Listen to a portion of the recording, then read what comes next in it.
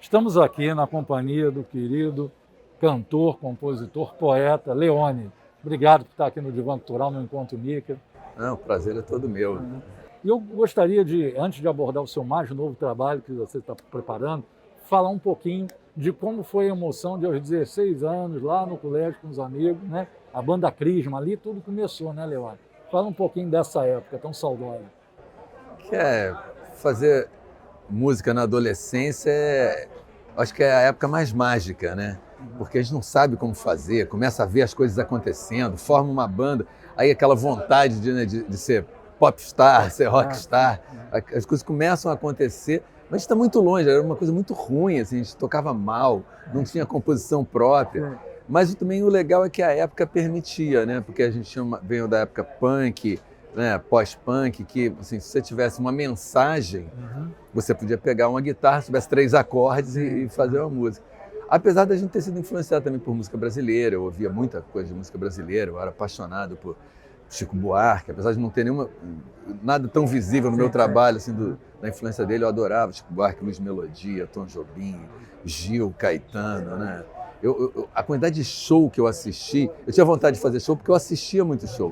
Eu fui a 200 shows dos Novos Baianos, via várias gravidezes da Baby, ela estava sempre grávida no palco, via Gilberto Gismonte, eu ia a todos os shows que tinham ali no Teatro Teresa Raquel, aí Robertinho de Recife, banda Black Rio. Aquele espaço era maravilhoso, tinha apresentação direta. Fagner, assim, eu vi muita coisa legal ali.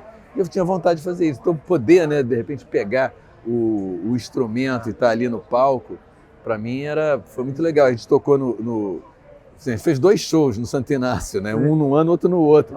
O segundo ano eu organizei o sarau só para eu poder tocar, porque a gente não tocava em lugar nenhum. Assim, era uma emoção muito grande tocar. Era muita tensão, porque era o único show do ano. Se fosse mal, o ano seria horroroso. Achei muito legal. E depois, em 1981, surge, você coloca as suas composições na parceria com o Kid Abelha. Paulo Toller, Jorge Israel, como é que foi essa fase? Uma coisa levou a outra, né? A banda de escola, quando a gente se formou e foi para a universidade, acabou se desfazendo, porque um guitarrista resolveu ser engenheiro e abandonar a música, o outro resolveu fazer economia e se mudou para fazer uma faculdade fora. E aí a gente começou, na PUC, né, que eu fui fazer Direito, a substituir os elementos. Então, um guitarrista foi substituído lá dentro e a gente ficou um tempão até achar o Bruno Fortunato, né?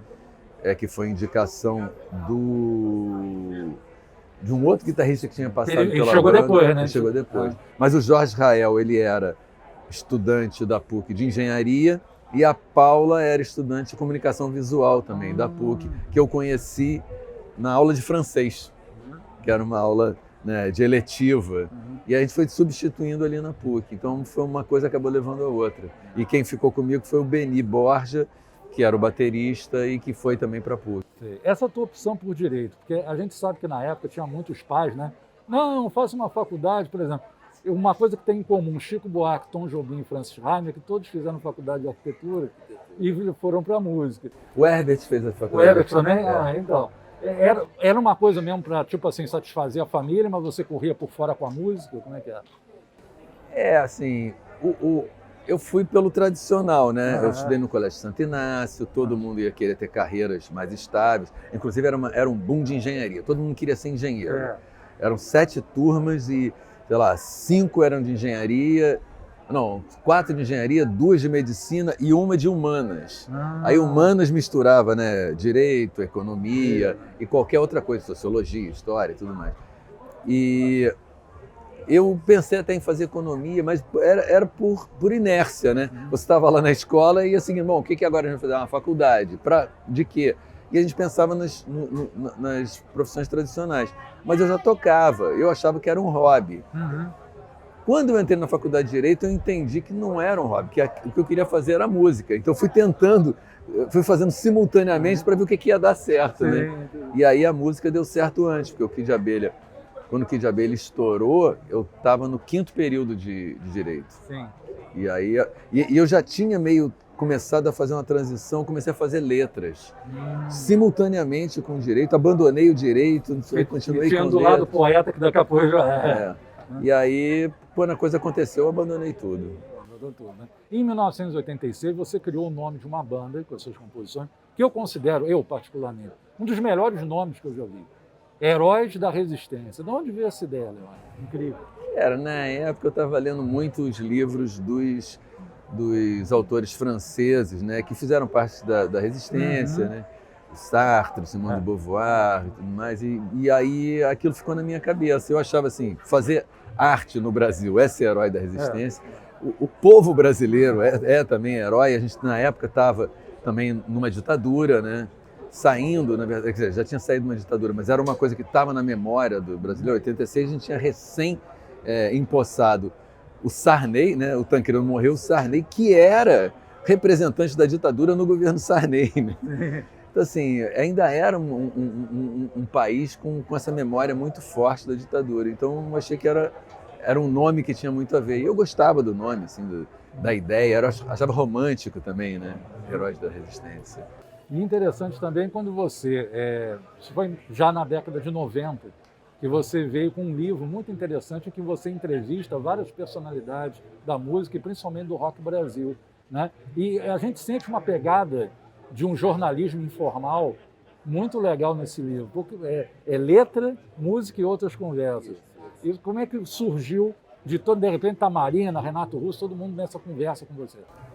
Foi por causa de um livro norte-americano do Bill Flanagan, que escrevia numa revista que eu adorava na época, que era Musician. Porque revista de música normalmente é muito chata, né? É para guitarrista, aquelas coisas assim, muito chato. E tinha essa Musician que falava de música mesmo, né? Falava com os compositores, com os artistas. Eu adorava. E aí esse Bill Flanagan escreveu um livro chamado Written in My Soul, que no Brasil saiu como Por Dentro do Rock. Sim. E ele entrevistava, como ele estava nessa revista, ele entrevistou, sei lá, uns 100 autores e compositores. Eram entrevistas mais longas, mas não tão longas quanto as que eu resolvi fazer. Então ele tinha, sei lá, Bob Dylan, Paul McCartney, Keith Richards, Paul Simon, Elvis Costello, pegava Chuck Berry, ele pegava John Baez, Johnny Mitchell, Bono Vox, Bruce Springsteen. Era uma coisa que eu falava, cara... E para mim, como compositor, foi uma revelação, né? O que eles achavam de composição, qual era a rotina deles. E eu fiquei pensando que a gente não tinha isso no Brasil. É mesmo. Muita gente morreu, você não sabe qual é o processo, né, de composição deles. Sim. Como é que Tom Jobim fazia? Então eu falei, pelo menos a minha galera aqui eu posso entrevistar que eu tenho acesso. Isso. E aí eu escolhi 8 artistas, na verdade escolhi mais, mas o livro ficou tão grande que a gente teve que parar. E era isso, era conversar mesmo sobre o trabalho, o que está por trás de cada canção. Então eu ouvi todo o repertório dessas pessoas até lá, né? E prestando atenção quais eram os temas que se repetiam, os formatos das canções. E conversando também assim, sobre a rotina. Você prefere compor de manhã, de noite? Usa drogas para compor? Não usa? Como é que é o processo de criação? Atrapalha, não atrapalha, não sei o quê. E que para mim também era muito curioso, porque a composição, apesar de eu ter muitos parceiros, a composição é um processo bastante solitário, né? Assim, o livro é meio entrar na casa da pessoa. Como é que você faz? Como é que foi aquela música? O que te deu o start? Então, assim, tem uma coisa jornalística, mas não é o jornalismo de amarrar os fatos. É da minha curiosidade. Sim, da minha curiosidade. E eu adorei fazer. Adorei. Agora lancei há pouco tempo a 2ª edição, ampliada. Aí o Caetano Veloso escreveu um texto.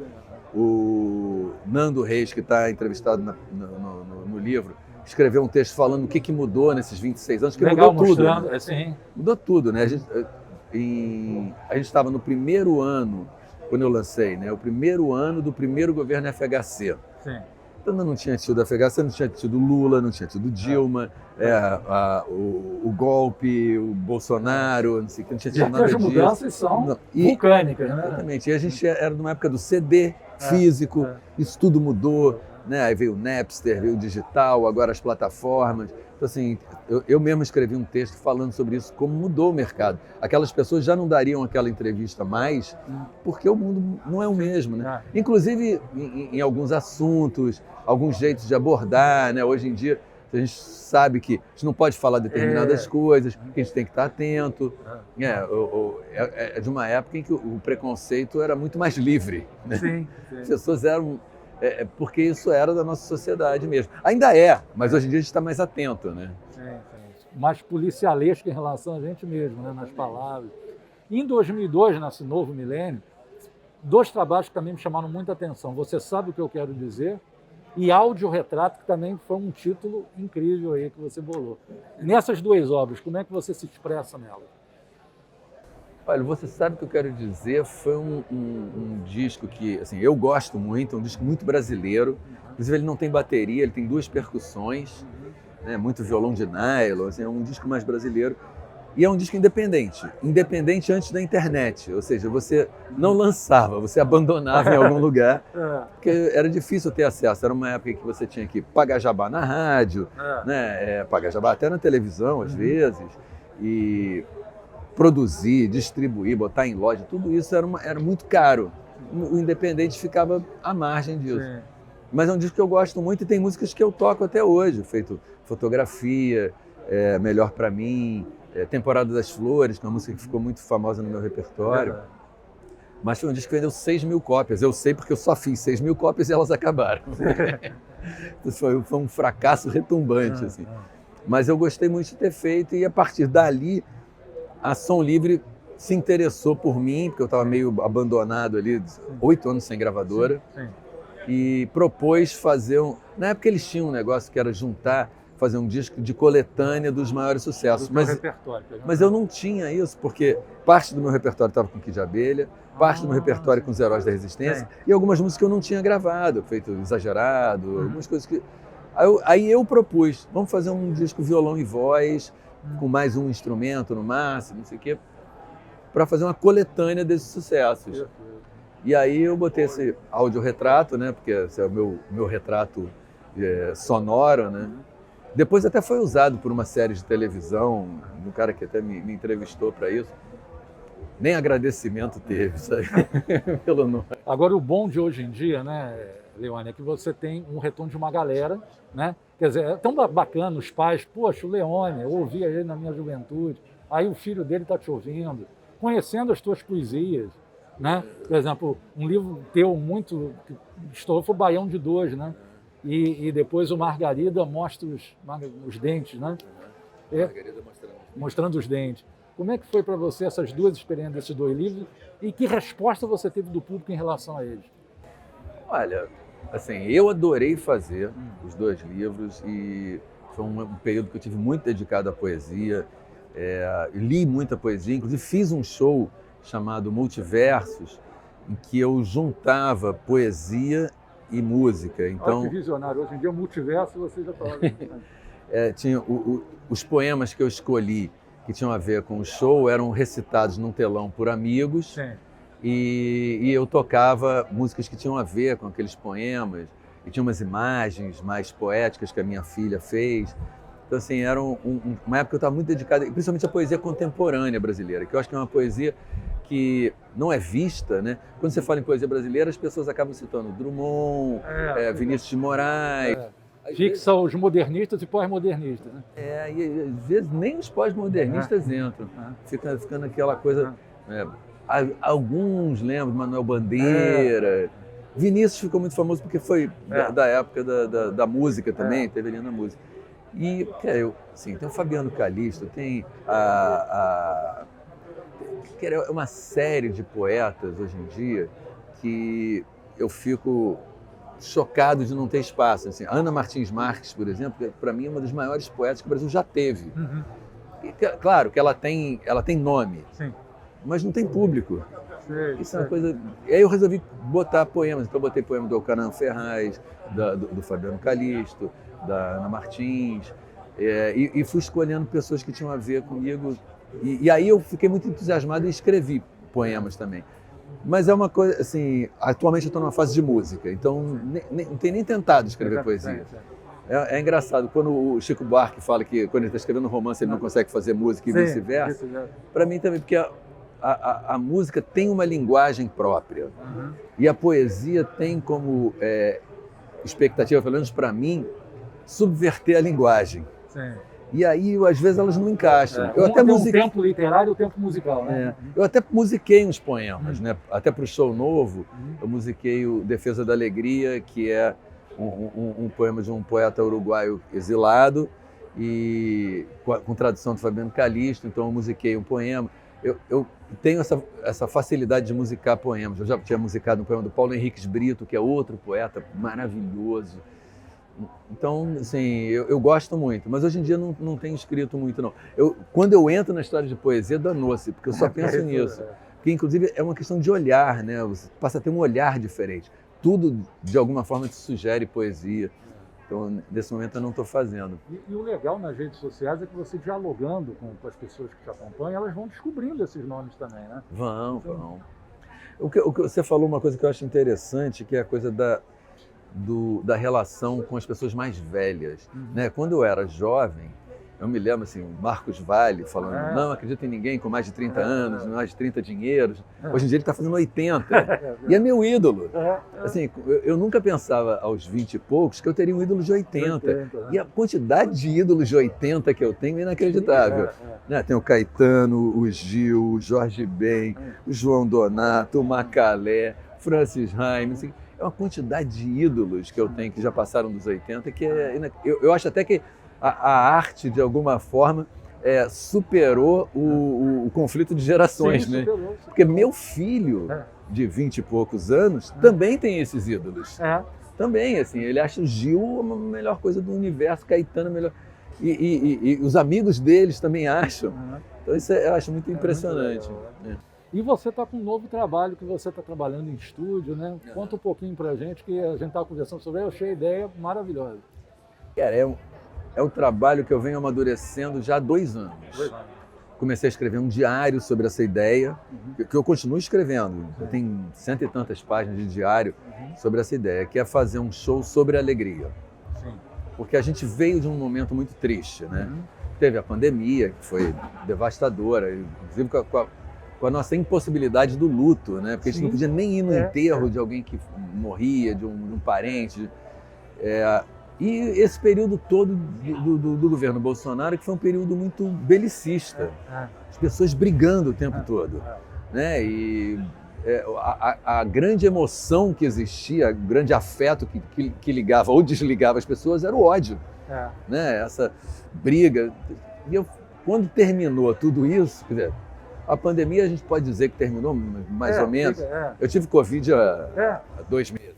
Você vai tendo formas mais brandas, né? Tá sempre aquele fantasminha ali nos acompanhando. Quando terminou isso, eu falei que eu preciso falar sobre alegria e sobre como a alegria não é a felicidade, não é um estado permanente. São coisas que te dão alegria, que são importantes até para você poder resistir nesses momentos mais tristes. Você estava até falando, a alegria do alívio, vários tipos de alegria. Exatamente. Tipo, Temporada das Flores é uma música que fala disso, de voltar à vida depois de um momento obscuro. Então, assim, o show tem... E ele também foi inspirado na Semana de Arte Moderna, que foi um movimento que teve muita alegria, muito humor. Tinha os poemas piada do Oswald de Andrade, falava muito de carnaval, né, de Baco.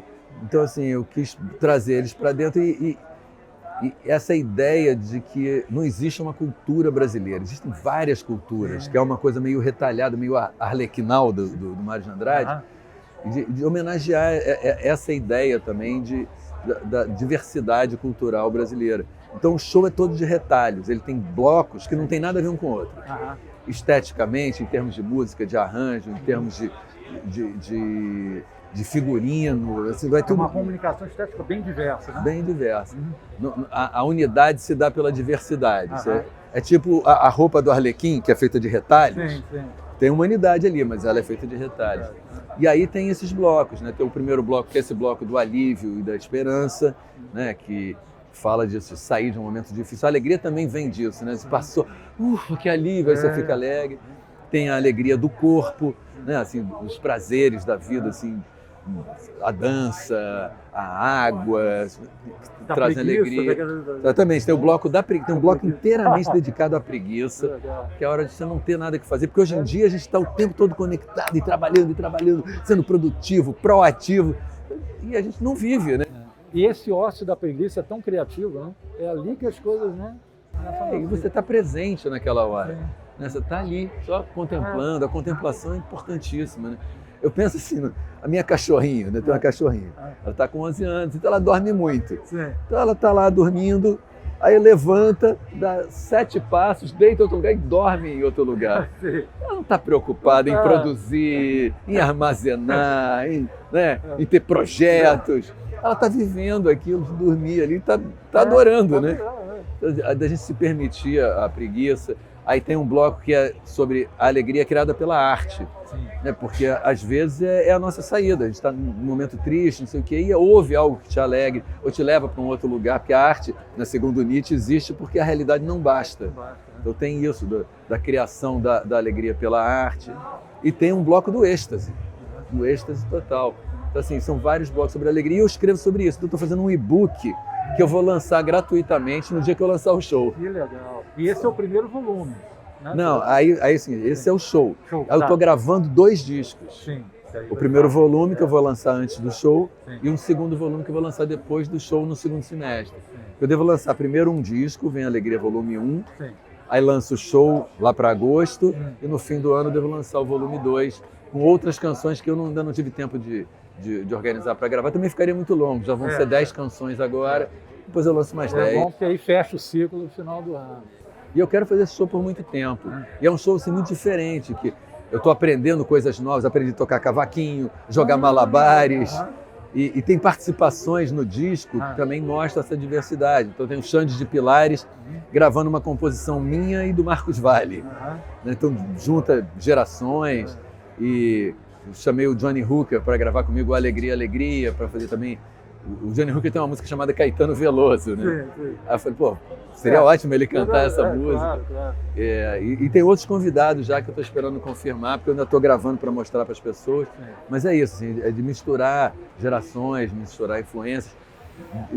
Não ser uma coisa que tenha uma cara de um determinado momento ou uma estética só, de ser bem plural mesmo. Que legal. Eu queria encerrar essa entrevista maravilhosa contigo, agradecendo muito, nos reportando ano passado, quando você foi homenageado no Dia Mundial do Rock, quando nos conhecemos na Casa de Cultura Laura Alvim, você estava muito emocionado, vendo aqueles jovens da orquestra. Como é que foi para você, no teu coração, esse momento? Eu acho aquele movimento todo muito... Assim, é uma coisa de esperança, entendeu? Porque a música, a arte, elas possibilitam isso, que você saia de uma realidade muito restrita, de uma realidade cheia de intempéries, de problemas, de dores, e transcenda, né? Eu, mesmo durante a pandemia, mesmo quando a situação estava mais negra possível, o processo de compor, de imaginar o show, de ler, de organizar, essa imersão no processo me tirava daquela realidade e me fazia transcender. E além das oportunidades profissionais que o projeto proporciona, eu acho que tem isso, de você entender que essa vida que a gente tem é uma vida que foi escolhida por um sistema, historicamente. Mas ela não é necessariamente o que a gente tem que viver. É uma escolha social, uma escolha, claro, do grande capital também, mas que existem outras formas. E por isso que eu acho que a arte é tão combatida por governos autoritários. Porque ela mostra que a vida que a gente está vivendo não é necessariamente a vida que a gente tem que viver. Ela mostra outras alternativas existenciais, né? Exatamente. Que incomodam o sistema. Exatamente. E eu acho isso também, é uma possibilidade de alegria no meio da tristeza, da dificuldade. Você está ali estudando o seu violino e uma melodia linda e você vê que você está conseguindo. aquilo aquele momento não tem preço, não é se aquilo um dia também vai te dar um trabalho, naquele momento já serviu, né? E claro que também tem esse outro lado, né? De poder encontrar um emprego, uma saída que não seja a saída oferecida por quem está perto da criminalidade, por exemplo, né? De acabar no tráfico, uma coisa assim. Né?